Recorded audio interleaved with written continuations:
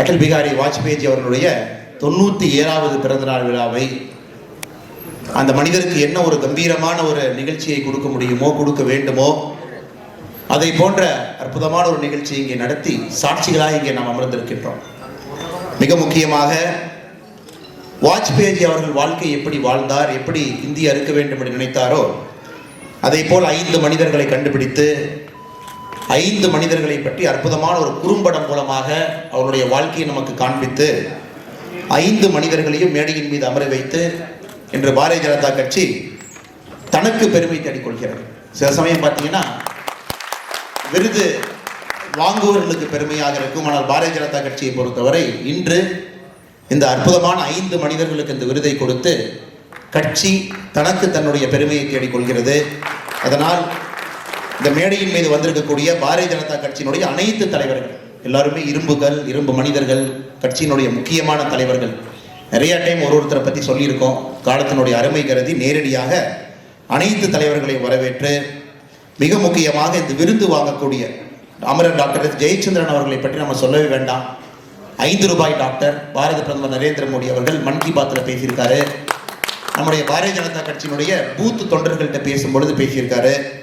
எல்லாவற்றையும் தாண்டி சென்னை மக்களுக்கு ரொம்ப பிரியமான ஒரு மனிதர். இன்னைக்கு அந்த வீட்டை பார்த்தோம். அவருடைய வீடு எப்படி இருந்துச்சு, அவருடைய மகன் எப்படி அவருடைய மருத்துவ பணியை செய்து கொண்டிருக்கின்றார்கள், அவருடைய மனைவி இங்கே வந்திருக்கிறாங்க, அக்கா வந்திருக்கிறாங்க. அவர்களை பார்க்கும் பொழுது நம்ம கண்ணிலிருந்து நீர் மட்டும்தான் வருகிறது. கைத்தட்டல் ஒரு பக்கம் வந்தாலும் கூட இப்படி ஒரு மனிதன் வாழ்ந்திருக்க முடியுமா என்கின்ற ஆச்சரியத்தை நமக்கு அது அளிக்கிறது.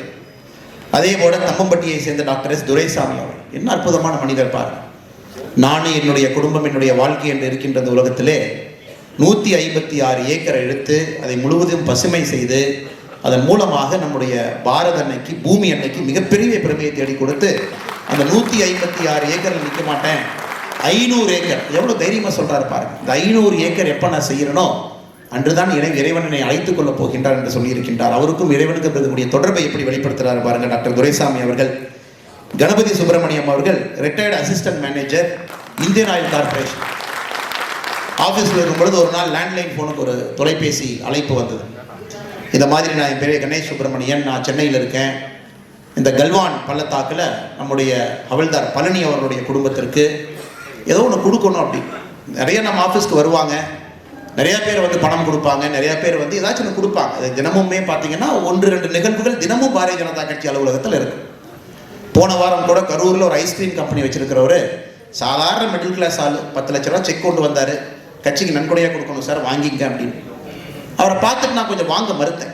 இல்லைனா 10 லட்ச ரூபா நீங்கள் கொடுக்குறீங்களே, உங்களுக்கு அந்த அளவுக்கு பேக்கப் இருக்கா, ஃபினான்ஷியல் பேக்கப் இருக்கா, யோசிச்சு தான் கொடுக்குறீங்களான்னு. அதெல்லாம் விடுங்க சார், 6 எம்ப்ளாயி இருக்கிறாங்க, ஐஸ்கிரீம் கம்பெனி நடத்துகிறேன், இது வந்து எனக்கு கடவுள் மோடி சார், மோடிஜிக்கு இந்த பணம் எனக்கு தேவைப்படுது, அதனால் நீங்கள் வாங்கிக்கணும். இந்த மாதிரி நிறைய நெகிழ்வான தருணங்கள். நம்ம ஆஃபீஸ் உட்காந்துருந்தீங்கன்னா வாரத்துக்கு இந்த மாதிரி ஒரு 5-6 நடந்துக்கிட்டே இருக்கும். உங்களுக்கு அந்த சோர்வு, உழைப்பு எதுவுமே தெரியாது, உங்களுக்கு அந்த சோம்பல்னே வராது. இதை போன்று வருவார்கள். அதே போல ஒரு நாள் நம்ம ஆஃபீஸ்க்கு வந்தவர் தான் அந்த கணபதி சுப்பிரமணியம் அவர்கள். பார்க்கும் பொழுது ஒரு ஆச்சரியம். அவரை பார்த்தாவே தெரியும் ஒரு lower middle class to middle class இதில் இருக்கக்கூடிய ஒரு மனிதர். தானாக சுயமாக உழைத்து எறும்பு போல ஒரு ரூபாயும் சேர்த்து தன்னுடைய வாழ்க்கையை வாழ்ந்தவர்னு பார்த்தாவே தெரியும். அவர் நீங்கள் பார்த்தாவே டக்குன்னு சொல்லிடலாம். 2500 ஸ்கொயர் ஃபீட் பிளாட்டு, சென்னை பாருங்க. அதாவது சென்னையில் வந்து எல்லா வீட்டையும் இருக்கிற நிலத்தையெல்லாம் சுருட்டுகின்ற கும்பல் இருக்கின்ற இந்த தமிழ்நாட்டில் தான் சுயமாக உழைத்து லஞ்ச லாவண்யம் பெறாமல் தன்னுடைய கடின உழைப்பு மூலமாக சம்பாத்தியம் செய்த ஒரே ஒரு சொத்து அவருடைய மனைவி. அவருடைய மகன் இன்னைக்கு வரல, சாஃப்ட்வேர் இன்ஜினியர். அவர் எல்லாத்தையும் கூட்டிகிட்டு வந்து இல்லைங்க உங்களுடைய முழு சம்பதத்தோட நான் வந்து இதை வந்து நம்முடைய பழனி அவர்களுடைய துணைவியாரை கொடுக்கணும் அப்படின்னு. அடுத்து எங்களுக்கு மிகப்பெரிய பாக்கியம், கட்சியிலிருந்து நம்முடைய ஹவில்தார் பழனி அவர்களுடைய மனைவியை ஃபோன் பண்ணி, ஆமாம் இந்த மாதிரி நீங்கள் வரணும், உங்களுக்கு இவர் வந்து இந்த லேண்டு கொடுக்குறேன்னு சொல்கிறாங்க, நீங்கள் வாங்க. வரும்பொழுது 2 சின்ன குழந்தைங்க. அதனால் அந்த காட்சியெலாம் நீங்கள் பார்க்கணுங்க. பாரதிய ஜனதா கட்சி ஆஃபீஸில் 2 குழந்தைங்க. பழனி அவர்களுடைய மனைவி அந்த குழந்தைங்களை கூப்பிட்டுக்கிட்டு நம்ம ஆஃபீஸ் வந்தாங்க. ஒரு சிறிய நிகழ்ச்சி. தமிழ்நாட்டில் பார்த்தீங்கன்னா நம்மளுடைய தூரதிர்ஷ்டம், இதை போன்ற மனிதர்களுடைய வாழ்க்கை வந்து வர்றது கிடையாது. அதான் வந்து நமக்கு பார்த்தீங்கன்னா நிறைய இந்த பிரஸ் மீட் நிறைய விஷயத்தில் நம்ம ஆதங்கப்பட்டு பேசுவது, இதை போன்ற மனிதர்கள் வெளியே வர்றதில்லை. அப்படி யாரோ வர்றாங்க, 50,000 ரூபா கூட்டத்தை சேர்த்தி அடுத்த தமிழக முதலமைச்சர்னு சொல்றவங்க வர்றாங்க. எதுவுமே இல்லாம தனியான ஒரு மனிதனாக பிறந்து 5 ரூபாயாக சேர்த்தி வந்த கணபதி சுப்பிரமணியம் அவர்களுக்கு இந்த பெருமையெல்லாம் பத்தாது. ஏன்னா அவர் பெருமைக்காக வந்தவர் கிடையாது. ஒரு மனிதன் தன்னுடைய சொத்துல ஒரு 60% கொடுக்குறவங்க எவ்வளவு பெரிய மனசு வேணும். பழனி அவர்களுடைய மனைவி வந்து இன்ஷியல் அவங்க வாங்க மறுத்தாங்க. இல்லை சார், அரசாங்கம் நிறையா கொடுத்துருக்கு, நிறைய எங்களுக்கு பணம் வந்து மத்திய அரசுலேருந்து வந்திருக்கு, மாநில அரசு கௌரவம் கொடுத்துருக்காங்க, நிலம் கொடுத்துருக்காங்க, எல்லாம் இருக்குது, அவங்கள சரியாக கேட்டு சொல்லுங்கள், உண்மையாலுமே அவங்க அதை கொடுக்கணுமான்னு 2 முறை அவங்க ஃபோனில் கேட்டாங்க. இப்போ நாங்கள் வற்புறுத்தணும், இல்லைங்கம்மா அவர் கொடுக்குறவர் ரொம்ப தெளிவாக இருக்கார், எந்த காரணத்திற்கும் இதிலிருந்து பின்னாடி போவது கிடையாது, வாங்குற நீங்களும் தெளிவாக இருக்கிறீங்க, வாங்க மாட்டோம், நாங்கள் என்ன பண்ணுறது, எங்களை வந்து ஒரு இறுதிக்கொள்ளியாக சென்டரில் மாட்ட வைக்கிறீங்க 2 பேருமே. 2 பேரையும் வற்புறுத்தி 2 பேரையும் சமாதானம் செய்து பாரதிய ஜனதா கட்சியினுடைய அலுவலகத்தில் அந்த அற்புதமான ஒரு சரித்திர காட்சி. இந்த மனிதர் வந்து டாக்குமெண்ட்டை அவங்க பேருக்கு ரெஜிஸ்டர் பண்ணி பாரதிய ஜனதா கட்சி கமலாலயத்துக்கு வந்து அவருடைய மனைவி கொடுத்துட்டு போனாங்க. அதெல்லாம் கண்கொள்ளா காட்சி. அவ்வளோதான், நடந்து போயிட்டார். அதுக்கப்புறம் ஆஃபீஸ் பக்கம் வரல, நாங்கள் எங்கேயோ கண்டுபிடிச்சி திரும்ப அவரை கூட்டிகிட்டு வந்து பாருங்க அப்படின்னு. அதனால் கணபதி சுப்பிரமணியம் அவர்களை கூட அந்த நிகழ்ச்சியிலே வரவேற்று பேசுவது எனக்கு ஒரு பாக்கியமாக பார்க்கிறேன். நம்முடைய தியா ஸ்நாக்ஸ் அண்ணன் ராஜீவ் அவர்கள் பார்த்தீங்கன்னா இந்த குறும்படத்தில் வந்து அவரை பற்றி சொல்லியிருந்தாலும் கூட அதை தாண்டி, அதாவது அவருடைய அந்த ராஜாஜி ஹாஸ்பிட்டலுக்கு ஆப்போசிட்டில் அவருடைய கேன்டீன் இருக்குது, தினமும் உணவு கொடுக்குறாங்க. ஒரு அம்மா வந்து கேட்குறாங்கன்னா, இல்லை இட்லி கொடுக்குறீங்க, தோசை கொடுக்குறீங்க, எல்லாம் வாங்கிக்கிறோம், எனக்கு கஞ்சி கொடுத்தா நல்லா இருக்குமண்ணா, ஏன்னா உள்ளே இருக்கவங்க எல்லாமே அதிகமாக கஞ்சி சாப்பிட்ற ஆட்கள், எனக்காக கஞ்சி கொடுங்கண்ணா அப்படின்னு. சாதாரண ஒரு மிடில் கிளாஸ் மனிதன், ஆனால் கஞ்சி எப்படி கொடுக்குறாரு பாருங்க. ஒரு பெண் நம்மகிட்ட வந்து கேட்டுட்டாங்களேங்கிற ஒரே காரணத்திற்காக தினமும் 300 - 400 பேருக்கு இலவசமாக அந்த கஞ்சியை காய்ச்சி அவர்கள் வந்து அந்த வண்டி மூலமாக அதை கொடுக்கறதுக்கு எவ்வளோ பெரிய ஒரு பண்பு வேண்டும். நம்முடைய ராஜீவண்ணன் அவர்களையும் வரவேற்று, அதே போல் இந்த மேடையில் நான் ஒரு சிறியவன், டாக்டர் திரு HV ஹண்டே அவர்களை பற்றி பேசுறதுக்கு எனக்கு எந்த விதமான ஒரு அருகதையும் கிடையாது. 94 வயது இருக்கக்கூடிய ஒரு மனிதன், உடம்புல அப்படியே ரத்தம் நாடி நரம்பெல்லாம் பார்த்தீங்கன்னா தேசியம் பேசிக்கொண்ட ஒரு உடம்பு. அது இந்த வெறி, அந்த கோபத்தை பாருங்க, ஆதங்கத்தை பாருங்க. அவரை பார்க்காத மனிதர்கள் கிடையாது, பேசாத தலைவர்கள் கிடையாது, நிற்காத சபைகள் கிடையாது. இந்த சபைக்கு ஒரு மிகப்பெரிய அலங்காரம் டாக்டர் HV ஹண்டே அவர்கள் இங்கே வந்து அமர்ந்திருக்கார். பல மேடைகள் எப்படி நீங்கள் அவரை டிஃபைன் பண்ணுவீங்க? பொலிட்டீஷியன், அதை தாண்டிட்டாரு, கிரேட் பார்லிமெண்டேரியன் தாண்டிட்டாரு, ஆன்மீகவாதி தாண்டிட்டாரு, அற்புதமான ஒரு இலக்கியவாதி அதை தாண்டிட்டார். அவர் கம்பராமாயணத்தை அவருடைய ட்ரீட்டைஸை நீங்கள் படிக்கணும். எந்த சப்ஜெக்டாக இருந்தாலும் இந்த மாதிரி நம்முடைய பூமியில் பாரத நாட்டில் டாக்டர் HV ஹண்டே அவர்கள் பிறந்தது நமக்கு ஒரு பாக்கியம். அவர் வாழுகின்ற காலத்தில் நாம் வாழ்றோம். மகாத்மா காந்தி அவர்கள் இறந்த பொழுது டாக்டர் ஆல்பர்ட் ஐன்ஸ்டீன் சொன்னாங்க, இந்த மாதிரி ஒரு மனிதன் இந்த உலகத்தில் வாழ்ந்திருக்கான்னு 50 வருஷம் கழிச்சு சொன்னால் யாரும் நம்ப மாட்டாங்க அப்படின்னு. டாக்டர் ஆல்பர்ட் ஐன்ஸ்டீனுடைய கருத்து. மகாத்மா காந்தி அவர்கள் இறந்த பொழுது டாக்டர் HV ஹண்டே அவர்கள் இன்னும் ஒரு 50-60 ஆண்டுகள் கழித்து அவருடைய 100வது பிறந்தநாள் விழாவை விமரிசையாக நாம் கொண்டாடி, தமிழகமே புகழ் அளவு கொண்டாடி 50-60 ஆண்டுகள் கழித்து தமிழ்நாட்டில் டாக்டர் HV ஹண்டே மாதிரி ஒருத்தர் இருந்தாங்க அப்படின்னு நம்ப மாட்டீங்க. கோபம் வாட்ஸ்அப்பில் நீங்கள் பார்க்கணும், மெசேஜ் போட்டு தள்ளிடுவார். தேசியம், நேஷனலிசம், இதை புஷ் பண்ணுங்க, இதை பேசுங்க, இதை ஏன் மேடையில் பேசல, இதை பண்ணுங்க, ரிப்பீட்டட்லி. நமக்கே நிறைய இடத்துல வந்து டவுட் வந்துடும். நம்மை விட சுறுசுறுப்பாக 94 வயசுல பார்த்தீங்கன்னா நம்மை விட சுறுசுறுப்பாக இந்த வயசுல அலட்டிக்காம இருக்கக்கூடிய ஒரு மனிதர் டாக்டர் HV ஹண்டே அவர்களுக்கும் கூட பாரதிய ஜனதா கட்சி இந்த அற்புதமான விருதை கொடுத்து எங்களை நாம் பெருமைப்படுத்திக் கொள்கின்றோம். நம்மளே உங்களுக்கு தெரியும், வாஜ்பாய்ஜியை பற்றி நம்ம சொல்லவே வேண்டாம். 97 வயது இருக்கக்கூடிய இன்னைக்கு பிறந்த நாள் கொண்டாடி இருக்கக்கூடிய ஒரு மனிதர். டிசம்பர் 25ஆம் நாள். எவ்வளோதான் பேசினாலும் பேசிக்கிட்டே போகலாம். எனக்கு வாஜ்பாய்ஜியிடம் ரொம்ப ரொம்ப பிடித்தது. எல்லா தலைவர்களும், குஷ்பு அவங்க சொன்னாங்க, மேடையில் பேசின கருணாகராஜன் அண்ணன், எல்லாருமே அற்புதமான தலைவர்களுக்கு நேரம் இல்லாதனால பேச வைக்க முடியல. நம்ம சம்பத்தனெல்லாம் அருமையாக பேசுவாங்க, அற்புதமாக பேசக்கூடிய தலைவர்கள். காலத்தின் அருமையில் தான் அவங்க பேசல, அவங்களும் அவங்க கருத்துக்களை சொல்லியிருக்கணும் இந்த மேடையில். இது ஒரு நாள் முழு நாள் கான்ஃபரன்ஸாக தான் நடந்திருக்கணும். நியாயமாக பார்த்தீங்கன்னா எனக்கு வாஜ்பாய்ஜிட்ட பிடிச்சது பார்த்தீங்கன்னா, ரொம்ப இக்கட்டான நிலைமையில் நம்முடைய இந்தியாவுடைய பிரதமராக பதவி ஏற்கிறாரு. 13 நாட்கள் ஆட்சி கவிழுது, மறுபடியும் ஒரு சான்ஸு.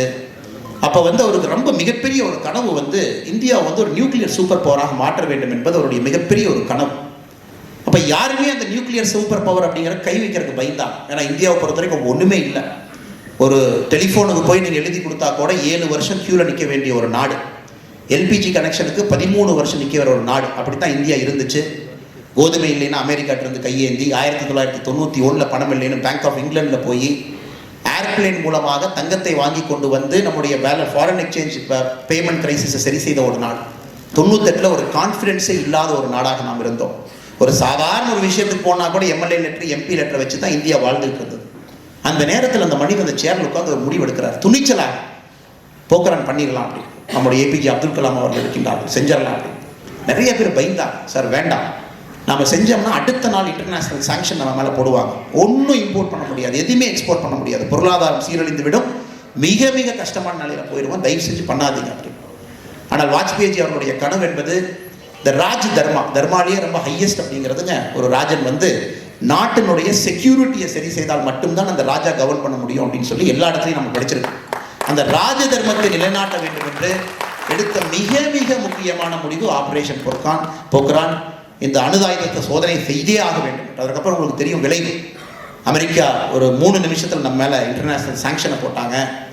நம்முடைய தேஜஸ் விமானம், அப்போவே வர வேண்டிய விமானத்துக்கு நம்முடைய இன்ஜின் பார்ட்ஸ் 2-3 பார்ட்ஸ் ரஷ்யாவிலேருந்து கிடைக்கல. ஸ்ரீஹரிகோட்டாவில் பார்த்தீங்கன்னா அப்பப்போ நம்முடைய சேட்டலைட்லாம் லான்ச் பண்ணும்போது கீழே விழுவோம். ஏன்னா கிரையோஜெனிக் இன்ஜின் நமக்கு யாரும் கொடுக்கல. ஒரு விஷயம் கூட வாஜ்பேயி அவர்களுக்கு இன்டர்நேஷனல் கம்யூனிட்டியில் கொடுக்கல. இந்தியா வாஸ் கால்டு இன்டர்நேஷனல் பாரியா. எதுவுமே இல்லாமல் 5 வருடம் ஆட்சி செய்து எந்த இன்டர்நேஷனல் ஃபண்டிங் இல்லை, பணம் இல்லை, FDI இல்லை, எதுவுமே இல்லை. தனி மனிதனாக அவ்வளோ பெரிய கூட்டணியை சமாளித்து மம்தா பானர்ஜி அவர்கள் ஒரு பக்கம், இவங்க ஒரு பக்கம், அவங்க ஒரு பக்கம், அத்தனை பேர்த்தை சமாளித்து 5 ஆண்டுகள் ஆட்சி நடத்தி அதில் நல்லாட்சி கொடுத்துருக்காரு. நல்லாட்சி என்கின்ற வார்த்தையை வந்து சாதாரணமாக நம்ம பயன்படுத்திடுவோம். நல்லாட்சி என்பது ஒரு சைனா கம்யூனிஸ்ட் கட்சி கொடுக்கலாம், இடியமின் கொடுக்கலாம், இன்னொருத்தர் கொடுக்கலாம். சர்வதிகாரத்தில் நல்லாட்சி கொடுப்பது ஒரு பெரிய விஷயம் கிடையாது. ஒரு கோடை போட்டுட்டு இப்படி தான் சைனாக்கார அப்படி தான் ரோடை போடுறான், கோட்டை போட்டுட்டு இப்படி தான் ரோடு போகும், யாரெல்லாம் வீடு இருக்கோ ஓடி போயிடும், 10 நாள் டைமில் ஓடி போயிடும், இந்த பக்கம் ஒருத்தர் இருக்கக்கூடாது. சைனாவில் நல்லாட்சி கொடுப்பது பெரிய விஷயம் கிடையாது. வாஜ்பேயி அவர்கள் அந்த காலகட்டத்திலேயே அந்த சூழ்நிலையில் அவ்வளோ பேருக்கு சமாளித்து இன்டர்நேஷனல் கம்யூனிட்டி எதிர்த்து நேரடியாக அமெரிக்கா வந்து பாகிஸ்தானுக்கு சப்போர்ட் பண்ணுறாங்க, சைனா சப்போர்ட் பண்ணுறாங்க. அதனால தான் இந்த மிகப்பெரிய மகான். இன்னைக்கு நாமெல்லாம் இந்தியாவில் இவ்வளோ அருமையாக உட்கார்ந்து யாராச்சும் ஒருத்தர் அமெரிக்கா போகிறான்னா தயவு செஞ்சு போகாத தம்பி, இந்தியாவில் எதுக்கு நீ அமெரிக்கா போகிறேன், இந்த மைண்ட் செட்டே மாறிடுச்சு. யாருக்கும் அமெரிக்காவே போக மாட்டேங்கிறாங்க, யூரோப்பே போக மாட்டேங்கிறாங்க, அங்கிருந்தெல்லாம் இங்கே ஓடி வந்துட்டு இருக்காங்க. அவங்களுடைய குழந்தைங்க இப்போ நமக்கு ஃபோன் பண்ணி நிறைய பேர் நம்ம ஆஃபீஸ் கேட்பாங்க, ஆனால் நீட்டுக்கு நாங்கள் எலிஜிபிளா அப்படின்னு. எங்கே சார் இருக்கீங்கன்னா கலிஃபோர்னியா சான் ஜோஸில் இருக்க சார், 3 தலைமுறை இந்த மாதிரி பார்த்தீங்கன்னா பெரிய வந்து ஒரு மல்டி மில்லியன் டாலர் பிஸ்னஸ் பண்ணுறேன், ஆனால் இந்தியாவில் படிக்கணும் சார், இந்தியா தான் அடுத்து வரப்போகுது, நீட்டுக்கு எலிஜிபிளா சார் எங்கள் பையன் கொஞ்சம் கேட்டு சொல்லுங்க. இதெல்லாம் இப்போ இந்த கடைசி ஒரு 5-6 ஆண்டுகளாக வரக்கூடிய விஷயத்துக்கு விதை போட்டவர் நம்முடைய வாஜ்பேயி அவர். அந்த 5 வருட காலம் விதை போட்டுட்டு போயிட்டார் அந்த மனுஷன். அதனால தான் இந்த 97வது பிறந்த நாளை மிக விமரிசையாக தமிழகம் முழுவதுமே பாரதிய ஜனதா கட்சி கொண்டாடி இருக்கிறது. நீங்கள் தயவு செஞ்சு இந்த இடத்துல மட்டும் சென்னையில் மட்டும் நினைச்சிட வேண்டாம். தமிழ்நாட்டில் நம்முடைய டிசம்பர் 25ஆம் தேதியிலிருந்து இன்று வரை நீங்கள் பார்த்தீங்கன்னா பாரதிய ஜனதா கட்சி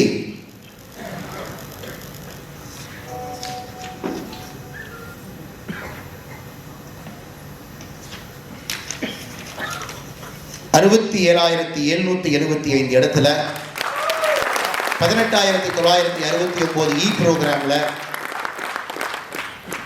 7,54,421 பேர் கலந்து கொண்ட நிகழ்ச்சியை டிசம்பர் 25ஆம் தேதியிலிருந்து தொடர்ச்சியாக நடத்தி முத்தாய்ப்பாக சென்னையில் ஒரு மிகப்பெரிய ஒரு நிகழ்ச்சி என்று நடத்தி அற்புதமான தலைவர்கள் அழைத்து அவர்களுக்கு வந்து இந்த விருதை கூட கொடுத்துருக்கோம்.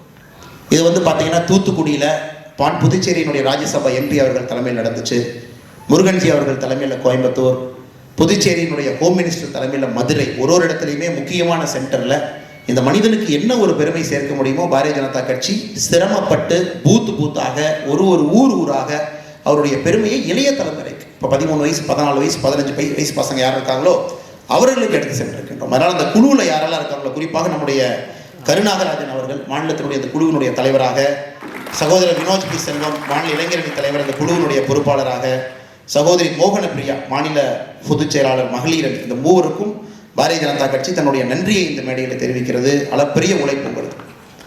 அடுத்தது நம்ம கேட்போம் இந்த குட் கவர்னன்ஸ்னா என்ன அப்படின்னு. இது பார்த்தீங்கன்னா இந்தியாவில் வந்து அதிகமாக நாம் ஆட்சிக்கு வரும் வரை பயன்படுத்தாத ஒரு வார்த்தை குட் கவர்னன்ஸ். 10 ஆண்டு காலம் யுனைடெட் ப்ரோக்ரசிவ் UPA நம்ம பார்த்தோம். அதில் நம்முடைய திராவிட முன்னேற்ற கழகமும் அங்கே வைத்திருந்தார்கள், 10 ஆண்டு காலம் ஆட்சியில் இருந்தார்கள். அதற்கு முன்னாடி கூட்டணி ஆட்சி, பிரதமர் வந்துட்டு போகிறது எல்லாத்தையுமே பார்த்தோம். இந்த குட் கவர்னன்ஸ் அப்படின்னு நீங்கள் கேட்கலாம், என்ன குட் கவர்னன்ஸ் சொல்கிறீங்கன்னா, சாதாரண ஒரு மனிதன் எந்த பார்டரில் இருந்தாலும் சரி, அருணாச்சல் பார்டரோ, நாகாலாந்து பார்டரோ, கன்னியாகுமரியில் இருக்கக்கூடிய தக்லையோ, காஷ்மீரில் இருக்கக்கூடிய துர்துக், நம்முடைய கடைசி வில்லேஜ் பாக் ஆக்கிபைடு காஷ்மீரில் இருக்கக்கூடிய கடைசி கிராமம் இந்தியாவது துர்துக், எங்கே போனால் கூட இந்தியா என்கின்ற வார்த்தை அங்கே ஒழிக்கணும். அதுதான் ஒரு பிரைம் மினிஸ்டரோட மிக முக்கியமான நோக்கம். முதல்ல ராஜதர்மம், நம்முடைய நாட்டினுடைய சிம்பல் அங்கே இருக்கணும்.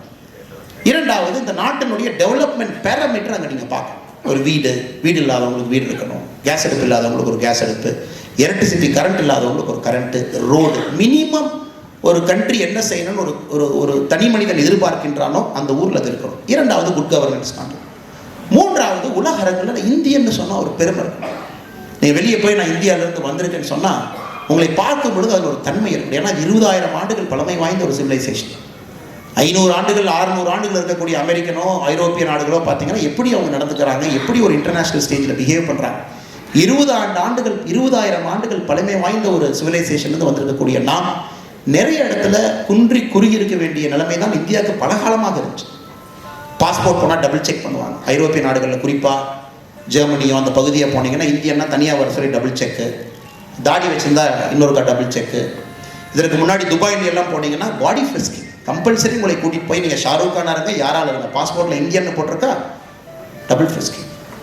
ஏபிஜே அப்துல் கலாம் அவர்களுக்கு யுனைடெட் நேஷன்ஸ் ஆஃப் அமெரிக்காவில் டபுள் ஃப்ரிஸ்கிங், முன்னாள் குடியரசுத் தலைவருக்கு. இப்போ கை வைக்க சொல்லுங்க, இப்போ கை வைக்க சொல்லுங்க. குடியரசுத் தலைவருங்கிற நிலைமை. அதனால தான் நாங்கள்லாம் அப்படியே பூரிச்சு போய்ங்கிருக்கோம். பாரதிய ஜனதா கட்சினா எம்எல்ஏக்காக எம்பிக்காக இங்கே இருக்கவங்க யாருமே கிடையாது, பூரிப்பில் இருக்கும். இந்த கட்சி ஆட்சிக்கு வந்து காலத்தினுடைய கட்டாயம். இது புகழ்ந்து எழுதுங்க இகழ்ந்து எழுதுங்க, காலத்தினுடைய கட்டாயம். இது ஆட்சிக்கு ஒரு நாள் வந்துதான் இருக்கிறார். மக்களுடைய எண்ணத்தை நேரடியாக பிரதிபலிக்கக்கூடிய கட்சி என்றால் பாரதிய ஜனதா கட்சி. ஒரு இந்தியனா வெளியே போய் பாருங்க, ஒரு ஆப்பர்ச்சுனிட்டி இருக்கும்போது வெளியே போய் பார்த்தா என்ன ஒரு பெருமை. ஒரு இந்தியன் பார்க்கக்கூடிய ஒரு விதத்தில் ஒரு சேஞ்ச், இது எல்லாத்தையும் நம்ம பார்த்துட்டு இருக்கோம். இதனுடைய டோட்டல் வெளிப்பாடு தான் குட் கவர்னன்ஸ். எங்கேயா இருந்தால் கூட இந்தியா அப்படிங்கிற ஸ்டாம்ப் இருக்கணும். இப்போ நம்முடைய பாரத பிரதமர் அவர்கள் வந்த பின்பு நிறைய விஷயங்கள் நீங்கள் கேட்கலாம், என்ன செஞ்சிருக்காரு அப்படின்னு. நம்ம நிறைய மேடையில் பேசுவோம், இதை செஞ்சிருக்காரு அதை செஞ்சிருக்காரு, நிறைய நானே பேசியிருக்கேன், டாய்லெட் கட்டி கொடுத்துருக்காரு. ஆனால் இன்னைக்கு நான் அதை பேச வேண்டாம் என்று நினைக்கின்றேன். உங்களுக்கு தெரியாத சில விஷயங்களை இந்த மேடையின் மூலமாக கொண்டு வர வேண்டும் என்பதுதான் என்னுடைய நோக்கம். இன்னைக்கு நம்ம எத்தனை டாய்லெட் கட்டி கொடுத்தாரு, எத்தனை வீடு கட்டி கொடுத்தாரு, எத்தனை ஜன்தன் பேங்க் அக்கௌண்ட்டு, எதுவுமே பேசாமல் சில விஷயங்கள், பத்திரிகையில் வராத விஷயங்கள், என்ன மோடிஜி நமக்காக 7 ஆண்டு காலம் செய்திருக்கிறார், அந்த குட் கவர்னன்ஸ்னா என்னன்னு இன்னைக்கு நம்ம பார்ப்போம். உங்களுக்கு தெரியும், நம்ம சைனாட்ட 1961 போரில் வந்து மிக மோசமாக தோத்து போனோம், பல பேரை இழந்தோம். அதன் பின்னாடி வந்து பார்த்தீங்கன்னா புரூக்ஸ் ஆண்டர்சன் அப்படின்னு ஒரு கமிட்டி போட்டோம். அந்த கமிட்டி போட்டு எதற்காக இந்த போரில் தோத்து போனோம் அப்படின்னு அந்த கமிட்டி ரிப்போர்ட் பார்த்தீங்கன்னா இன்னைக்கு வரைக்கும் அது கிளாசிஃபைட். அந்த ரிப்போர்ட் வந்து வெளியே யாரும் பார்க்க முடியாது. ஆனால் இன்டர்நெட்டில் சில காப்பி இருக்குது. நீங்கள் ஃப்ரீயாக இருக்கும்பொழுது உங்களுக்கு அகாடமிக் இன்ட்ரெஸ்ட் இருந்துச்சுன்னா நீங்கள் அதை டவுன்லோட் பண்ணி அந்த புரூக்ஸ் ஆண்டர்சன் ரிப்போர்ட்டை நீங்கள் படித்து பார்க்கலாம். அதில் பார்த்தீங்கன்னா நேருஜி அவருடைய ஃபெயிலியர், கிருஷ்ணமேனன் அவருடைய ஃபெயிலியர், அப்போ இருக்கக்கூடிய டைரக்டர் ஆஃப் இன்டெலிஜென்ஸ் பியூரோ அவங்க ஃபெயிலியர். இந்தியா 10 ஆண்டு காலமாக எப்படி நம்முடைய அலட்சிய போக்கால் கவர்னன்ஸில் ஒரு நாடு என்கின்ற பார்வை இல்லாமல் ஒரு கவர்னன்ஸ் செஞ்சதனுடைய வெளிப்பாடு தான் சைனாவிடம் தோல்வி அப்படின்னு புள்ளி விவரமாக பேசியிருப்பாங்க. அதில் எனக்கு ரொம்ப நெஞ்சுக்கு ரொம்ப பட்டது பார்த்தீங்கன்னா, நேரு அவர்கள் அப்பொழுதும் கிருஷ்ணமேனன் நேரு அவர்கள் பாராளுமன்றத்தில் பேசுவது, நம்ம பார்டரை எப்பவுமே ப்ரொடெக்ட் பண்ண வேண்டாம், நம்ம பார்டர் அப்படியே விட்டுறலாம், பார்டரில் இருக்கிற மக்களுக்கு வந்து டெவலப்மெண்ட் போகவே கூடாது, பார்டரில் இருக்கிற மக்களுக்கு டெவலப்மெண்ட் போயிருச்சுன்னா வார் வந்துடும் அப்படின்னு நம்முடைய பண்டிட் ஜவஹர்லால் நேரு அவர்களுடைய தியரி. இதை வந்து ரொம்ப துரதிருஷ்டவசமாக நம்முடைய டிஃபென்ஸ் மினிஸ்டர், முன்னாள் டிஃபென்ஸ் மினிஸ்டர் ஏகே ஆண்டனி அவர்கள் 2013 மார்ச் 26 பாராளுமன்றத்தில் பேசுகிறார். The policy of this Congress government is not to develop its border. நாங்கள் வந்து பார்டரை டெவலப் பண்ணக்கூடாது அப்படிங்கிறதா எங்களுடைய பாலிசி. ரோடு போட மாட்டோம், வீடு கட்டி கொடுக்க மாட்டோம், கரண்ட் கொடுக்க மாட்டோம், கொடுத்துட்டீங்கன்னா நமக்கும் பக்கத்து நாட்டுக்கும் பிரச்சனை அப்படி. ஸோ நேரு அவர்கள் இந்த நிலையை எடுத்து 1961 மிகப்பெரிய போரை சந்தித்து உலக அரங்கில் தலைகுனிவு நமக்கு ஏற்பட்டது. இதை 2014 மே 26 நம்முடைய பாரத பிரதமர் நரேந்திர மோடி அவர்கள் ஆட்சிக்கு வருவதற்கு முன்பாக ஏகே ஆண்டனி அவர்களும் கூட இந்த பதிவை செஞ்சார். மோடிஜி வந்தோடனே அவருடைய முதல் குட் கவர்னன்ஸ் பார்த்தீங்கன்னா இந்த பார்டரை டெவலப் பண்ணணும். 2008 2014 வரை பார்டர் ரோடு, நம்முடைய எல்லா border, China border, Arunachal Pradesh எல்லா பார்டரில் பார்த்தீங்கன்னா வெறும் 170 கிலோமீட்டருக்கு மட்டும்தான் நம்ம வந்து ரீசர்ஃபேஸ் பண்ணோம். அதாவது ஒரு சாதாரண ரோட்டு மேலே ஒரு தார் ரோடு போட்டு டேங்கோ போகிற மாதிரி. மோடிஜி வந்த பின்பு முதல் 3 வருஷத்தில் 170 கிலோமீட்டருக்கு முன்னாடி 6 வருஷத்தில், நம்முடைய முதல் 3 வருஷத்தில் 480 கிலோமீட்டர் போட்டு அடுத்த 4 வருஷத்தில் 1210 கிலோமீட்டர் வந்து கம்ப்ளீட் பார்டரோட பண்ணியாச்சு. கம்ப்ளீட். இப்போ நம்ம India is one of the few countries in the world, நீங்கள் நினச்சிங்கன்னா எந்த ஒரு ஃபைட்டர் ஜெட்டையும் எந்த பார்டர்லையும் அழகாக இறக்கலாம். இன்னைக்கு காலையில் பத்திரிகையில் ஒரு செய்தி வந்தது, ஜனவரி 1 சைனீஸ் ஆர்மி வந்து ஒரு ரெசல்யூஷன் எடுத்திருக்கிறாங்க, அவங்க சைடில் இருக்கக்கூடிய பார்டர் வில்லேஜஸ்க்கெல்லாம் புது பேர் வைப்பாங்க, அவங்க சைடில் இருக்கக்கூடிய பார்டர் வில்லேஜஸ்க்கெல்லாம் ரோடு போட போகிறாங்க அப்படின்னு. அதாவது சைனா எப்படி ஆதிக்க சக்தியாக இருந்ததோ அதை ஒரு பாரதத்தின் பிரதமர் 7 வருஷம் 70 ஆண்டுகளாக என்னை கோட்டை விட்டுருந்தோமோ 7 ஆண்டுகளில் அந்த மைண்ட் செட்டை மாற்றி சைனாவை விட ஒரு ஸ்டெப் இந்தியா முன்னாடுறது. பாகிஸ்தானை பற்றி நீங்கள் பேசவே வேண்டாம், அதை பற்றி இந்த அரங்கத்தில் பேசவே வேண்டாம். எப்போது வேண்டுமானாலும் விழக்கூடிய ஒரு பொருளாதார நிலையை வைத்திருக்கக்கூடியது பாகிஸ்தான். இது நம்முடைய பாரத பிரதமர் அவர்கள் நம்முடைய நாட்டிற்கு கொடுத்திருக்கக்கூடிய மிகப்பெரிய கொள்கை. இது சாதாரண வேலை இல்லைங்க. இதெல்லாம் ஒரு பார்டர் ரோடு ஆர்கனைசேஷன். அங்கெல்லாம் உங்களுக்கு பார்த்தீங்கன்னா இது போகாது, ஒரு லாரி கொண்டு போக முடியாது, லாரி அங்கே மேலே போகவே போகாது, ஜேசிபி போகாது. நான் பார்த்துருக்கின்றேன், அந்த லாரி ஜேசிபியை பாட்டு பாட்டாக கழட்டி அதை மிலிட்ரி டிரான்ஸ்போர்ட் ஹெலிகாப்டரில் பாட்டு பாட்டாக ஏற்றி அதை அங்கே போய் இறக்கி திரும்ப பாட்டு பாட்டாக ஃபிட் பண்ணி அந்த ஜேசிபி வேலையை செஞ்சுட்டு திரும்ப பாட்டு பாட்டாக கழட்டி ஹெலிகாப்டரில் திரும்ப பிளேனுக்கு கொண்டு வராங்க. ஒரு செங்கலும் கஷ்டப்படும். அந்த குளிரில், அந்த ஹைட்டில், ஆக்சிஜன் இல்லாத சூழ்நிலையில் நம்முடைய சகோதரர்கள் ஒரு செங்கலும் கஷ்டப்பட்டு நமக்கு பண்ணியிருக்காங்க. இதுதான் பாரத பிரதமர் இந்தியாவுக்கு கொடுத்துருக்கக்கூடிய கொள்கை. ஃபியர் ஆஃப் வார் என்பது நமக்கோ நம்முடைய சந்ததியருக்கோ நீ லைஃப்பில் அது கிடையாது. ஃபியர் ஆஃப் வார் எப்போ வேணாலும் இது வரலாம், சண்டை வரலாம், நியூக்ளியர் பவர் இருக்கும். இது நமக்கு தெரியாது. மேபி நம்ம தமிழ்நாட்டில் இருக்கிறனால பாதுகாக்கப்பட்ட ஒரு ஸ்டேட்டில் இருக்கும், ரொம்ப கீழே இருக்கும். நமக்கு மேலே நிறையா ஸ்டேட் இருக்குது. பார்டர் ஸ்டேட் பார்த்தீங்கன்னா ஸ்ரீலங்கா தான். இது இந்த 7 ஆண்டுகளில் முக்கியமான குட் கவர்னன்ஸ் மெஷரில் நம்முடைய பாரத பிரதமர் நரேந்திர மோடி அவர்கள் நமக்கு கொடுத்துருக்கக்கூடிய கொள்கை. இரண்டாவது பார்த்தீங்கன்னாங்க, ஒரு தமிழராக பெருமை பண்ணும். அங்கே பாருங்கள், நம்ம நடராஜர் சிலை அங்கே இருக்குது. தமிழ்நாட்டில் எல்லாருமே ஒரு பெரிய அரசியல் டயலாக் என்னென்னா, தமிழர்களுக்கான கட்சி, தமிழ் மக்களுக்கான கட்சி, தமிழ் பண்பாட்டுக்கான கட்சி, தமிழ் கலாச்சாரத்துக்கான கட்சி 1949 ஓட்டிகிட்டு இருக்காங்க. இதை தொடர்ச்சியாக பார்க்கணும். தமிழ் கலாச்சாரத்துக்கான கட்சி, தமிழர் பண்பாட்டுக்கான கட்சினா தமிழர்களுடைய கலாச்சாரத்தையும் பண்பாட்டையும் மீட்டெடுப்பதற்கு நீங்கள் என்ன செய்திருக்கின்றீர்கள் என்ற கேள்வி என்பது நியாயமான ஒரு கேள்வி. பத்திரிகை நண்பர்கள் அது கேட்பாங்க, அது நியாயமான கேள்வி. இந்தியாவில் அதிகமாக நம்முடைய கலாச்சாரம் சூறையாடப்பட்டது என்றால் அது தமிழ்நாடு தான். சிலை கடத்தல், கிட்டத்தட்ட 16,000க்கும் மேற்பட்ட சிலைகள் உலகம் முழுவதுமே, ஆஸ்திரேலியாவிலேருந்து அமெரிக்கா வரைக்கும் அங்கங்கே பதுக்கி வச்சிருக்காங்க. அங்கங்க யாருக்கு எங்கே வச்சிருக்காங்க, எப்போ கடத்துறாங்க, அது ஈஸ்ட் இந்தியா கம்பெனி கடத்துச்சா, அதற்கப்புறம் அந்த கபூர் பிரதர்ஸ் கடத்துனாங்களே தெரியாது. மோடிஜி அவர்களுடைய மிகப்பெரிய கொள்கை என்னவென்றால், இந்தியாவிற்கு நம்முடைய சிலைகள், ஸ்டோலன் ஹெரிட்டேஜ், நம்முடைய தாத்தா, நம்முடைய பாட்டனார், அந்த பாரம்பரியத்தை நினைவுபடுத்தக்கூடிய சிலையை மிகப்பெரிய அளவில் கொண்டு சேர்த்த பெருமை என்பது நம்முடைய நரேந்திர மோடி அவர்களுக்கு. உங்களுக்கு தெரியும் நண்பர்களே, 2014 2017 வரை முக்கியமாக 24 சிலைகளை நாம் கொண்டு வந்திருக்கோம். முக்கியமாக 24 சிலைகளை 1976 ஹண்டே அவர்களுக்கு தெரியும், 1976 2014 காங்கிரஸ் பீரியட் முடிகிற வரைக்கும் நம்ம மொத்தமாக இந்தியாவுக்கு கொண்டு வந்த சிலை 13. அதாவது 37 வருஷத்தில் 13 சிலை, 3 வருஷத்தில் 24 சிலை. அதில் மிகப்பெரிய பெருமை என்னன்னு பாருங்க. அந்த சிலை வந்ததெல்லாம் நம்மூர் சிலைங்க. நம்மூர் கோவிலில் இங்கிருந்து திருடிட்டு போய் உலகம் முழுவதும் வச்சிருந்தது. குஜராத்தில் பிறந்த ஒரு மனிதர், எந்த ஒரு தமிழ் கோயிலுக்கும் வராதவர், நம்முடைய தில்லை நடராஜரை பார்க்காதவர், மாணிக்க வாசகரை நேசிக்காதவர், இதையெல்லாம் பார்க்காத ஒரு மனிதன் தமிழர்களுக்காக ஒரு இடத்துலையும் சண்டை போட்டு அந்த சிலையை கொண்டு வர்றார். அதில் மிக முக்கியம் உங்களுக்கு தெரியும், நம்முடைய அர்த்தநாசீரர் சிலையும் ஸ்ரீபுரத்தார் நடராஜர் சிலையும் கொண்டு வர்றார். அதை தமிழ்நாட்டிலிருந்து கடத்தப்பட்ட சிலை ஆஸ்திரேலியாவில் போய் அதை வாங்கிக்கிட்டு பாரத பிரதமர் அவர்கள் 2014 ஆஸ்திரேலியாவில் சொல்கிறார், என்னுடைய நாட்டினுடைய 125 கோடி மக்கள் சார்பாக ஆஸ்திரேலிய பிரதமர் திரு டோனி அபோட் அவர்களுக்கு நன்றியை தெரிவிக்கின்றேன். காரணம் என்னவென்றால், இந்த அனைத்து சிலைகளும் கூட என்னுடைய தொன்மையான தமிழ் கலாச்சாரத்தினுடைய பிரதிபலிப்பு. 2000-3000 ஆண்டுகள் இருக்கக்கூடிய தமிழ் கலாச்சாரத்தினுடைய பிரதிபலிப்பு. அதை இன்று ஆஸ்திரேலியா மக்களும் ஆஸ்திரேலிய பிரதம மந்திரியும் எங்களுக்காக திருப்பி கொடுத்திருக்கின்றீர்கள். அதற்காக நன்றி கடன் பட்டிருக்கின்றேன். இது முடியலைங்க. இதற்கப்புறம் நம்முடைய பாதூர் நடராஜர் அமெரிக்காவில் போய் பாரக் ஒபாமா அவர்கள் பிரசிடெண்ட்டாக இருக்கும் பொழுது அங்கே போய் சண்டை போட்டு ஒபாமா அவங்ககிட்ட கடைசியில் ஒரு டேர்ம் முடியும் பொழுது அங்கே இருந்து 3 நடராஜர் சிலைகள், 2 ராம் சிலைகள் எல்லாத்தையும் இந்தியா வாங்கிட்டு நமக்கு ஒப்படைத்து, சில சிலைகள் அந்தந்த கோவிலில் வைக்கப்பட்டு பூஜை ஆரம்பித்து விட்டோம். இது ஆன்கோயிங் ப்ராசஸ். இன்னைக்கு பார்த்தீங்கன்னா கிட்டத்தட்ட 200 சிலைகள் டிஸ்பியூட் பண்ணுறோம்.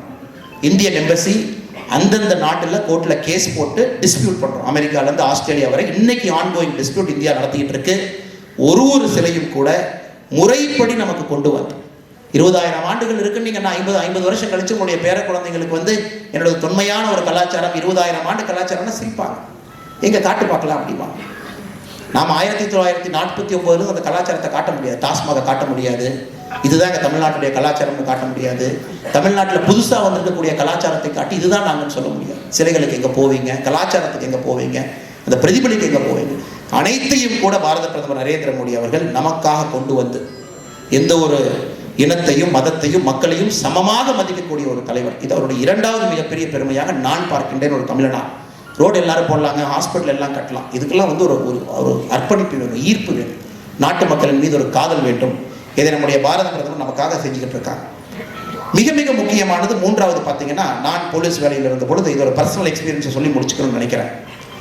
2014ஆம் ஆண்டில் நான் வந்து ஒரு காரக்கலாவில் ஒரு அசிஸ்டன்ட் சூப்பரண்ட் ஆஃப் போலீஸாக இருக்கிறேன்.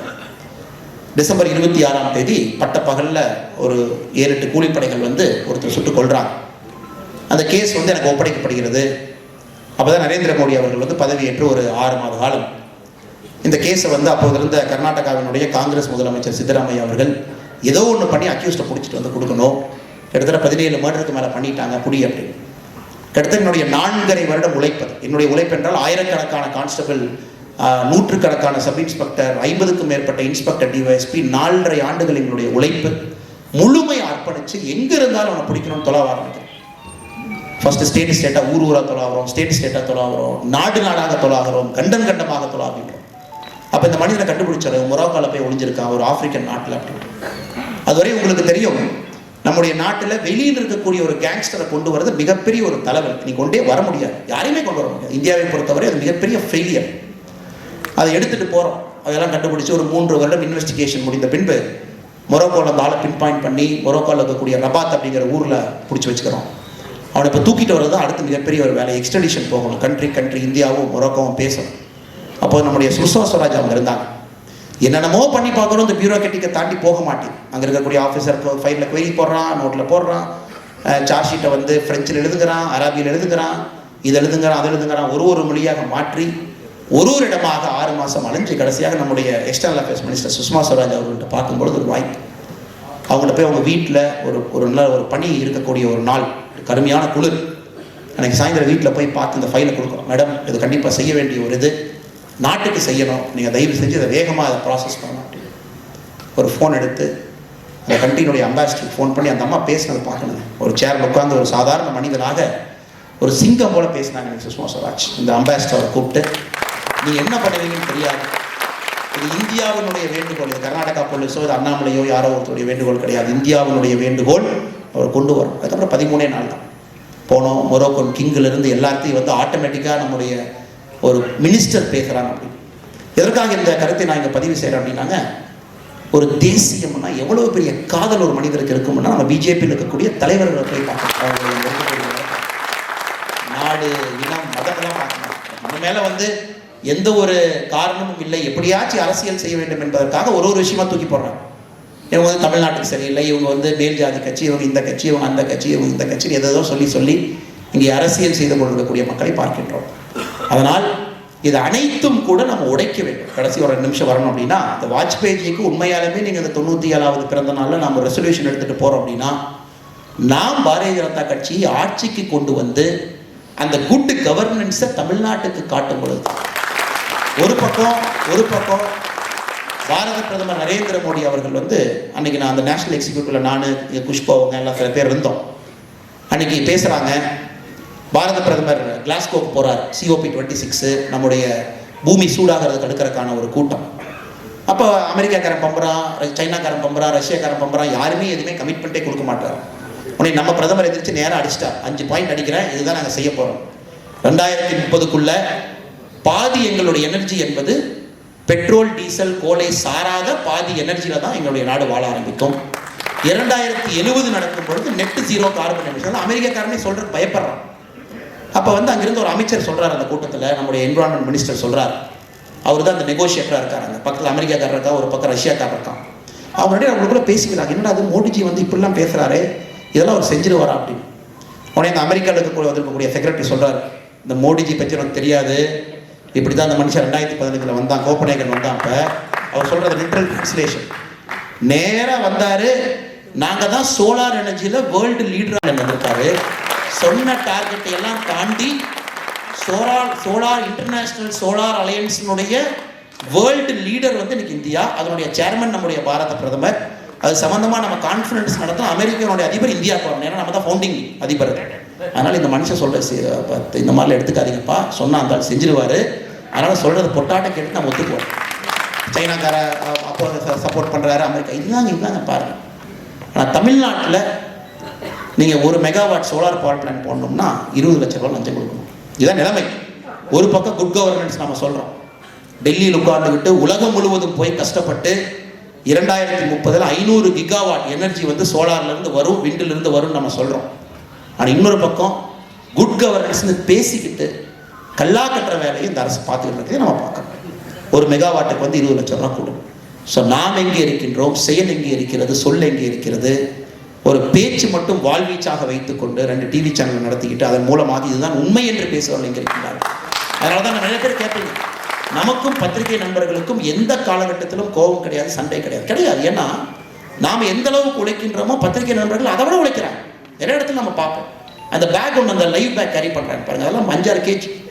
அதை வந்து லைவ் பேக் எடுத்து போட்டுக்கிட்டு ஒரு 2 வீலரில் நம்ம எங்கேயாச்சும் போகிறோம்னா பேட்டி எடுக்கிறதுக்கு ஒரு நண்பர் வருவார். 50 கிலோமீட்டர் 60 கிலோமீட்டர் தேடி வருவார். நம்ம கிராம இங்கே சுற்றிக்கிட்டு இருப்போம். அங்கே வந்து கேட்பார், அண்ணே அந்த லைவ் பேக் போட்டுமானே. அந்த பைக்கில் வருவார், வந்து லைவ் பேக்கை போட்டு செட் பண்ணி பண்ணுவார். நமக்கும் பத்திரிகை நண்பர்களுக்கு எப்போதும் சண்டை கிடையாது. அவருடைய வேலையை அவங்க செய்கிறாங்க. நம்ம கோபம் எல்லாம் இவங்களுடைய உழைப்பையும் கொச்சைப்படுத்து. இவ்வளோ ஒரு மனுஷன் ஒரு 10,000 12,000 20,000 சம்பளம் வாங்கிக்கிட்டு ஒரு மீடியா நடக்கக்கூடிய காதலில் சில நண்பர்கள் வந்து அங்கங்கே வேலை செஞ்சுட்டு இருக்காங்க. நம்ம பார்க்குறோம்.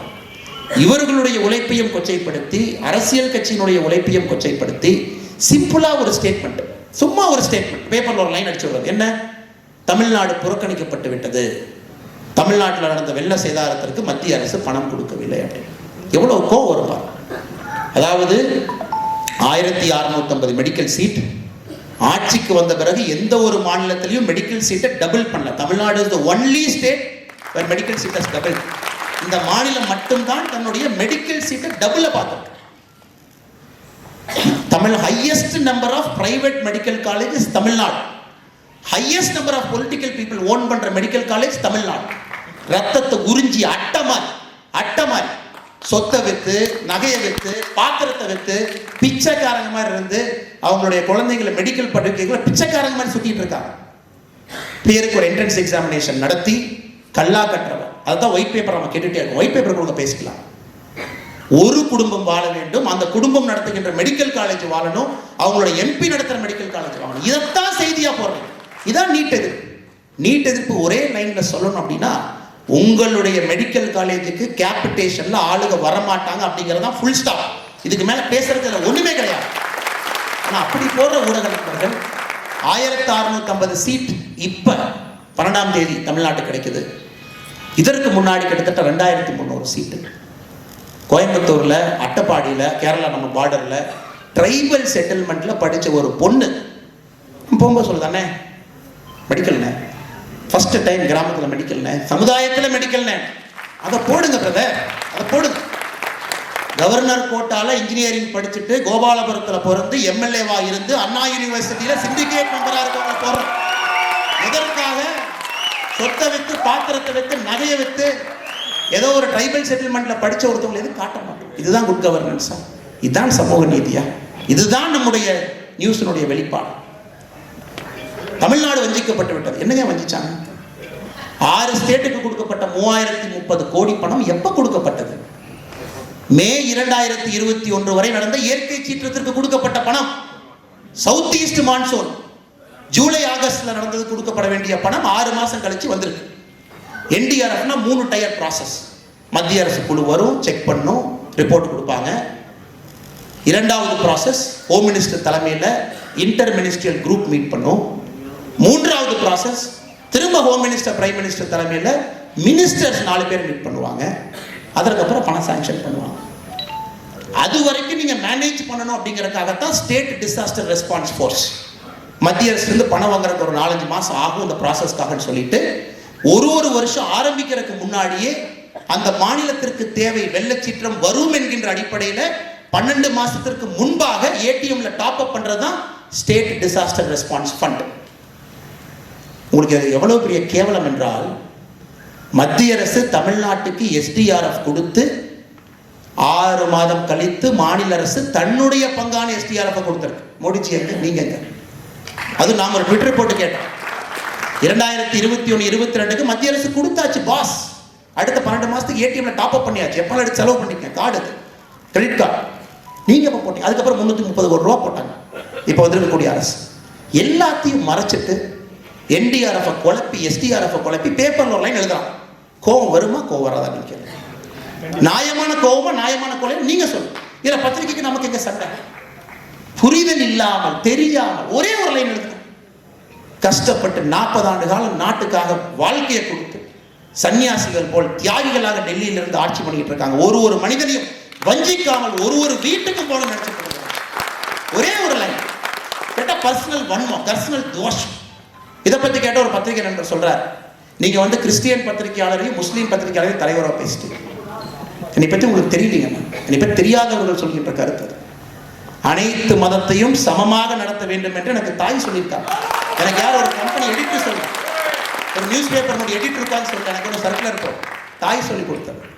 எல்லா மதத்தையும் சமமாகத்தான் நடத்துவோம், ஆனா இந்து வாழ்வியல் முறையில் படிதான் நான் நடப்பேன். அது எந்த ஒரு மாற்று கருத்து இல்லை. இந்து வாழ்வியல் முறையிலே இஸ்லாமிய நண்பர்களுக்கு இடம் இருக்கிறது, கிறிஸ்தவ சகோதரர்களுக்கு இடம் இருக்கிறது.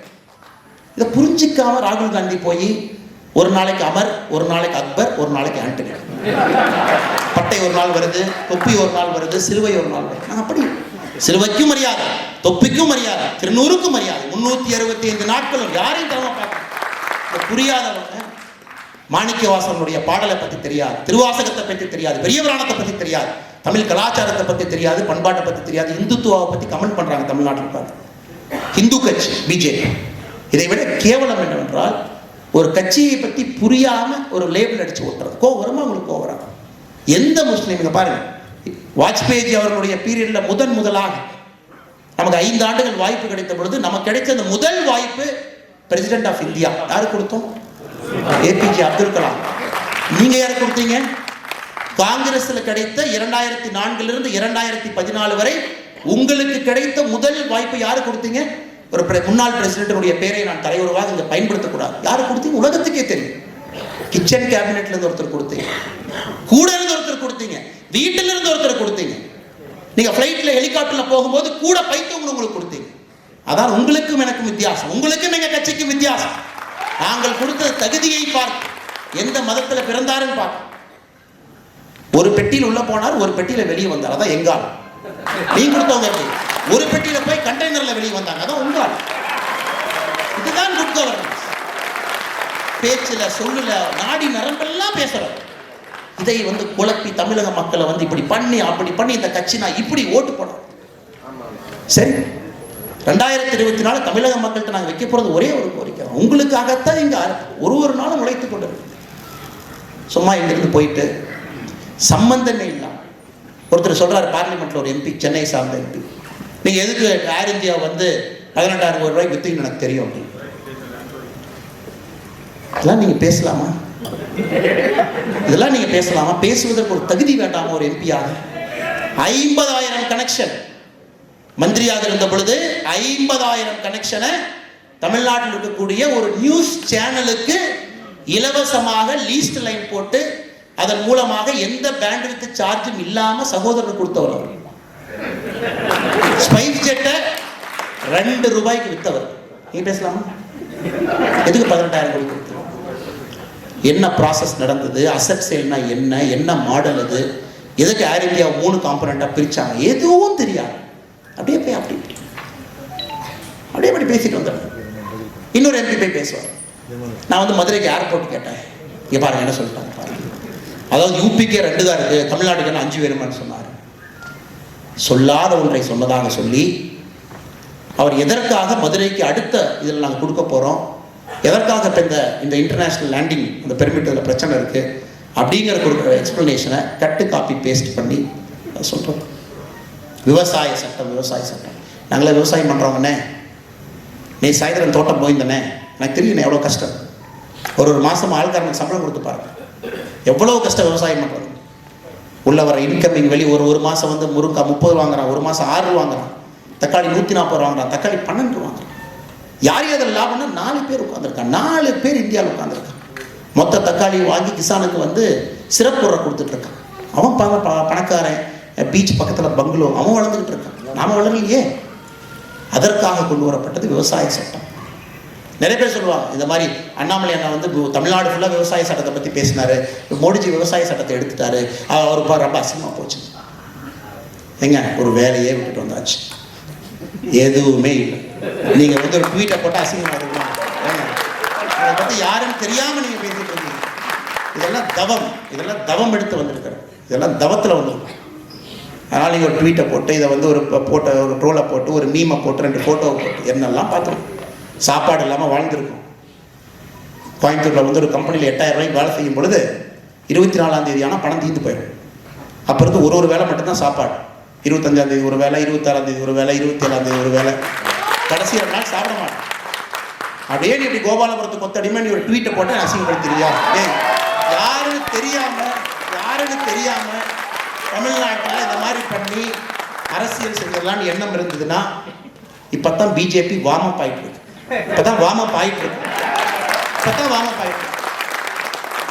பொங்கல் இருந்து கிராமமா போய் தங்க போறோம். கிராமமாக பெட்ஷீட் எடுத்துட்டு போய், தலைவாணி எடுத்துட்டு போய் வீடா மதுரையில் இருக்கக்கூடிய கிராமத்தில் ஜனவரி 15, 16ஆம் தேதி நான் போய் ஒரு கிராமத்தில் போர்வையை போட்டு கீழே படுத்து தூங்க போறேன். தமிழ்நாடு ஃபுல்லாக பாத யாத்திரை போகும். எல்லா கிராமத்துக்கு போகும். 2 வருஷம் ஆகுமா ஆகட்டும். எல்லாம் முடிச்சு பயனாளிகள் வீட்டுக்கும் நடக்கும். காலனை தேஞ்சா தேய்ப்போம். இப்போதான் வார்ம் அப். இது எல்லாமே நாங்கள் வார்ம் அப் ஆகிட்டு. உடனே சொல்லுவாங்க, உடனே பத்திரிகையாளர் மிரட்டிட்டேன். பத்திரிகையாளர் எப்போ மிரட்டினார்? சகோதரர், அண்ணா, தம்பி, அக்கா, இதெல்லாம் தாய் சொல்லி கொடுத்தோம். ஒரு மனிதனை மரியாதையாக பேச வேண்டும். 2G அக்யூஸ்டில் ஒருத்தர் கார் வாங்கிட்டு அவரை பற்றி ஒருத்தர் வந்து எடிட்டோரியல் போடுறாரு. அவர் இன்னைக்கு ட்வீட் போட்டு என்னை பற்றி சொல்கிறாரு, இவர் வந்து ஜாதி எடுத்துட்டார் அப்படின்னு. ஒரு தமிழ்நாட்டினுடைய மூத்த பத்திரிகையாளர் 2G கேஸில் அக்யூஸ்டுகிட்ட காரை இலவசமாக வாங்கிட்டு ஒரு ஜேர்னலிஸ்ட் ஒரு ரிப்போர்ட்டிங் பண்ணி பேப்பரில் போடுறாரு. அவர் என்னை பற்றி சொல்கிறாரு, இவர் வந்து ஒரு டைம்ஸ் ஆஃப் இந்தியா ஜேர்னலிஸ்ட்டை பற்றி சொல்கிறார். அந்த சகோதரி எந்த மதம்னு கூட தெரியாது. சகோதரி போட்டிருக்கக்கூடிய வார்த்தை தவறு, இது தவறு என்று தட்டி கேட்டோம் என்றால் என்னுடைய கடமை. என்னுடைய தலைவனுடைய உழைப்பை கொச்சைப்படுத்தணும் நான் விட மாட்டேன். நீ என்ன வேணாலும் நான் விட மாட்டேன். எங்கே வேணாலும் விட மாட்டேன். பார்த்துட்டு சும்மா நாங்களும் உட்கார்றேன் வரேன். என் தலைவனுடைய உழைப்பை நீ கொச்சைப்படுத்தினால் நான் விட மாட்டேன். நடுநிலைமையாக இருந்தால் முதல்ல வந்து காலில் நாங்கள் தான் விடுவோம். ஃபஸ்ட்டு காலில். இப்போ பெருமையால் எழுதவே வேண்டாம். அந்த காலமெல்லாம் போயிடுச்சு. பெருமையாக எழுதியவர் வந்து வீர சூர அதெல்லாம் எழுதியதுலாம் போயிடுச்சு. அதெல்லாம் உடச்சி போச்சு. 72% மக்கள் வந்து ஓட்டு போகிறதுக்கு முன்னாடி சோஷியல் மீடியா இன்ஃப்ளூயன்ஸ் பண்ணுதுன்னு ஆய்வு சொல்லுது. காலமெல்லாம் மாறிடுச்சு. தமிழ்நாட்டில் 2.5% மக்கள் நியூஸை பார்க்குறாங்க. காலம் மாறிவிட்டு உடனே சொல்லுவாங்க, பிஜேபி ஏன் நியூஸ் சேனல் டிபேட்டுக்கு வரல? உடனே வாங்க. வாய்ப்பு சரியாக கொடுக்கும் பொழுது வருவோம். பிஜேபி மூலமாக தான் டிஆர்பியை ஏற்றணும் அப்படின்னா பிஜேபிக்கு வேற ரூட் தெரியும், எப்படி இந்த பிஜேபியுடைய டிஆர்பி ஏற்ற முடியும். அதனால் நமக்கும் பத்திரிகை நண்பர்களுக்கும் எப்போதும் சண்டை கிடையாது. ஏனென்றால் கடினமாக உழைக்கக்கூடிய நண்பர்கள் தான் கொஞ்சம் அதிகமாகவே பேசுகிறேன். கடினமாக உழைக்கக்கூடிய அந்த பேக் நீங்கள் எடுத்து தோளில் போட்டு பாருங்க தெரியும். அந்த லைவ் பேக் எடுத்து போட்டிங்கன்னா 5 கிலோ இருக்கும். ஆனால் எங்கேயோ உட்காந்துக்கிட்டு அசால்ட்டாக ஒரு லைன் ஒரு ஏசி ரூமில் உட்காந்துட்டு அசால்ட்டாக எழுதி கம்மா ஃபுல் ஸ்டாப் அடித்து அப்படி அடிச்சிடுது. அதனால் நண்பர்களே, நாம் இந்த நிகழ்ச்சியிலே ஒரு உண்மையான ஒரு நிர்தாரம் எடுக்க வேண்டும் என்றால் இது பட்டி தொட்டியெல்லாம் போகணுங்க. கட்சியை பற்றி தெரியும். ஒரு கிராமத்தில் தெரியும். பாரு ஆசீர்வாதம் வருது பாருங்க. ஒரு கிராமத்தில் தெரியும். ஒரு கிராமத்தில் வீடா ஒரு திட்டத்தில் ஒரு கிராமம் எடுத்துட்டோம். அதுதான் நம்ம உண்மையாலுமே சேரும். ஒரு நிகழ்ச்சிக்கு வந்திருக்கோம். அருமையாக பண்ணியிருக்காரு கருணாகராஜ், என்ன கை தட்டிட்டோம். எல்லாரும் வந்திருக்காங்க. Super, fantastic. இதை தாண்டி நாம் என்ன செய்ய போகிறோம்? அடுத்து என்ன பண்ண போகிறோம்? மனிதனுடைய உழைப்பை உறிஞ்சி வீட்டை கோயிலை போல கட்டுறவங்க தமிழ்நாட்டு அரசியலில் நிறைய பேர்த்த பார்க்குறோம். கோயிலை கட்டுறவங்களுக்கு பூ போட்டு மாலை போட்டு அர்ச்சனை செய்யக்கூடிய ஒரு பாரத பிரதமரை ஒரு இடத்துல பார்க்குறோம். இது 2 கண்கூட பார்க்குறோம். இதெல்லாம் போய் சொல்லணும். அதனால தான் திரும்ப நம்ம சொல்கிறது, சும்மா அந்த 150 சும்மா எதுக்கும் நம்ம சொல்கிறது கிடையாது. சும்மா 150 அப்படி 150 அது வருங்க, தவங்க. அதை நீங்கள் நம்பணும். You have to believe. ரத்த நாடி நரம்புனா நீங்கள் நம்பணும். ஒரு செல்லு நம்பணும். 150 ஏன் வராது? ஏன் பொலிட்டிக்கல் மிராக்கிள் நடக்காது? 150 கொண்டு வரும். இல்லாட்டி இத்தனை கலாச்சாரம், இத்தனை பாரம்பரியம், இத்தனை பேர் கட்சியில் இறந்து உழைப்பை கொடுத்து இத்தனை தலைவர்கள் தேஞ்சு போய் கால் சிறப்பு தேஞ்சு போய் எதுக்கு ஒரு கட்சி நடத்தி பண்ணணும்? Legitimate aspiration. ஆட்சிக்கு வரணும், நல்ல ஆட்சி கொடுக்கணும், நல்ல தலைவர்கள் அறிமுகப்படுத்தணும், எங்கள் மினிஸ்டர் பாரு, எம்எல்ஏ பாராட்டணும். அதனால் நீங்கள் நம்பணும், அதை உள்ள அப்படியே உள்வாங்கிக்கணும், நாடி நரம்புல அது உள்ள போய் சேரணும். அதற்கான உழைப்பை போடும்பொழுது உழைப்பா தெரியாது. ஒரு நாள் ஒரு ஊர் ஒன்றும் தெரியாது உங்களுக்கு. அது என்ன இருக்கு, இந்த வயசுக்கு ஓடலாம், நீங்களும் ஓடலாம், நானும் ஓடலாம். அதனால் இங்கே வந்திருக்கக்கூடிய அனைத்து தலைவர்களுக்கும் என் நன்றி கலந்த வணக்கத்தை தெரிவித்து, இந்த அற்புதமான அடல் பிஹாரி வாஜ்பாய் அவருடைய 97வது பிறந்தநாள் விழாவை மிக செம்மையாக சீரும் சிறப்புமாக சென்னை மாநகரத்தில் நடத்தி காட்டிய நம்முடைய கருணாகராஜன் அவருடைய குழுவினருக்கு, மேடையில் இருக்கக்கூடிய குறிப்பாக நம்முடைய தலைமை தாங்கி கொண்டிருக்கக்கூடிய அண்ணன் VP துரைசாமி அவர்களுக்கு, இந்த விருது வழங்கி பாரதிய ஜனதா கட்சிக்கு பெருமை தேடி கொடுத்த நம்முடைய விருது வாங்கிய நம்முடைய சகோதரர்களுக்கு கட்சி சார்பாக நன்றி கலந்த வணக்கத்தை தெரிவித்துக் கொள்கின்றேன். நன்றி, வணக்கம். பாரத் மாதா கி